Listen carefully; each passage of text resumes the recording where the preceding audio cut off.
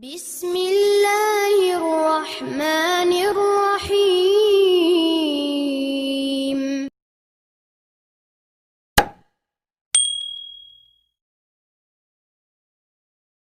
Orang yang rajin tahajud akan mendapatkan 4 keutamaan yang tidak didapatkan oleh orang-orang yang tidak tahajud, sekalipun sholat fardunya begitu khusyuk. Di antum sholat fardu khusyuk, bagus, tapi nggak tahajud, nggak dapat 4 keutamaan itu. Ini sudah saya bahas panjang lebar di pertemuan lalu, saya hanya sebutkan cepat saja. 1, Allah akan mengangkat karir, pekerjaan atau aktivitasnya di tempat yang terbaik. Ya, jadi kalau antum misalnya pengusaha atau orang karir di kantor dan sebagainya, itu akan cenderung kemudian ditolong oleh Allah, diangkat ke tempat yang terbaik. Terbaik itu tidak harus puncak yang paling tinggi, direktur tidak misalnya. Tapi tempat yang bisa membuat nyaman hidup Anda, sholat bisa nyaman, bergaul juga nyaman, dan tenang kehidupannya. Mungkin level Anda nggak sampai puncak ya direktur utama, mungkin direktur 1, 2 gitu ya. Tapi Anda dijauhkan dari hal-hal yang maksiat, dijauhkan. Sholatnya enak, punya ruangan nyaman dan sebagainya.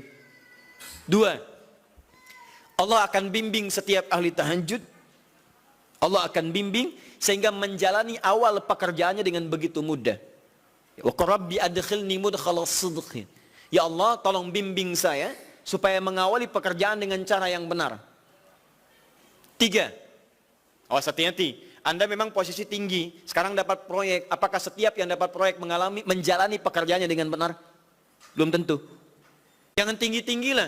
Maaf ya, apakah orang tua yang sekarang menyekolahkan anaknya ke tempat belajar, menjalani awalnya dengan benar?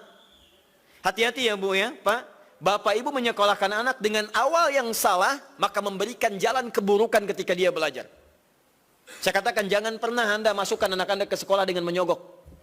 Bayar sekian supaya masuk, menyalahi aturan. Kalau awalnya sudah salah, bagaimana anak Anda bisa belajar dengan benar? Mustahil mendapatkan sesuatu yang tidak baik. Yang baik itu mustahil didapatkan. 3, wa akhrijni mukhrajas sidqin.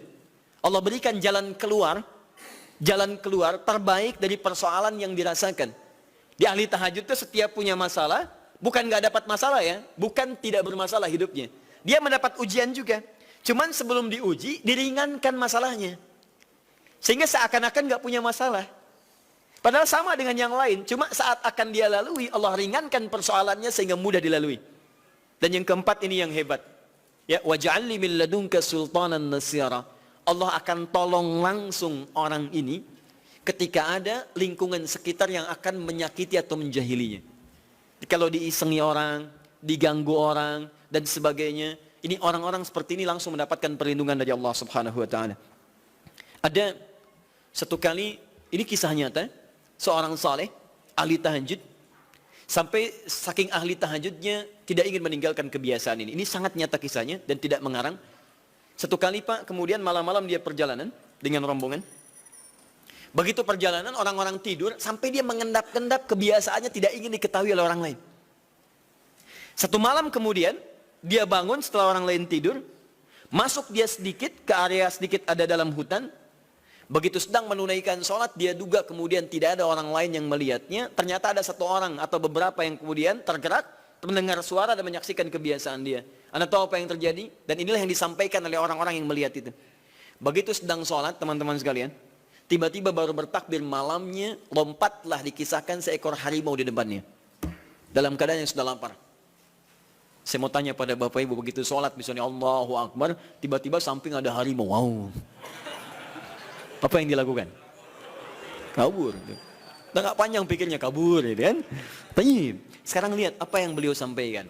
Begitu datang harimau itu, perhatikan ahli tahajud ini. Dia ingat dengan janji Allah. Dia ingat dengan janji Allah. Perhatikan baik-baik ya. Kalau Anda sudah punya kebiasaan Qur'ani dalam jiwa Anda, maka ayat itu akan hadir membimbing Anda dalam setiap kesulitan Anda. Apapun itu. Nabi Yusuf dekat dengan Allah. Ketika digoda muncul ayatnya. Laula ara'a burhana rabbi. Kalau bukan melihat petunjuk dari Rabbnya, niscaya ada sesuatu yang buruk terjadi kepadanya. Tapi Allah jaga beliau. Lihat baik-baik teman-teman. Begitu melompat harimau itu, kemudian dia katakan dalam jiwanya. Lihat kalimatnya. Ya khalqallah. Hei makhluk Allah. Dia tidak katakan ya namar, hei harimau, tidak. Kalau disebutkan harimaunya, menunjuk pada zatnya. Tapi dia lekatkan makhluk ini kepada penciptanya. Hei makhluk Allah. Ya khalqallah, hei makhluk Allah.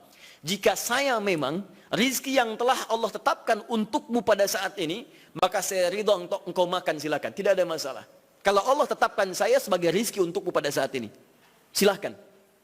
Tapi kalau saya bukan menjadi rizki yang telah Allah tetapkan untukmu pada saat ini, maka jangan coba-coba ganggu ibadahku hari ini. Lihat kalimatnya, bukan jangan makan aku. Ingat, bukan jangan makan aku.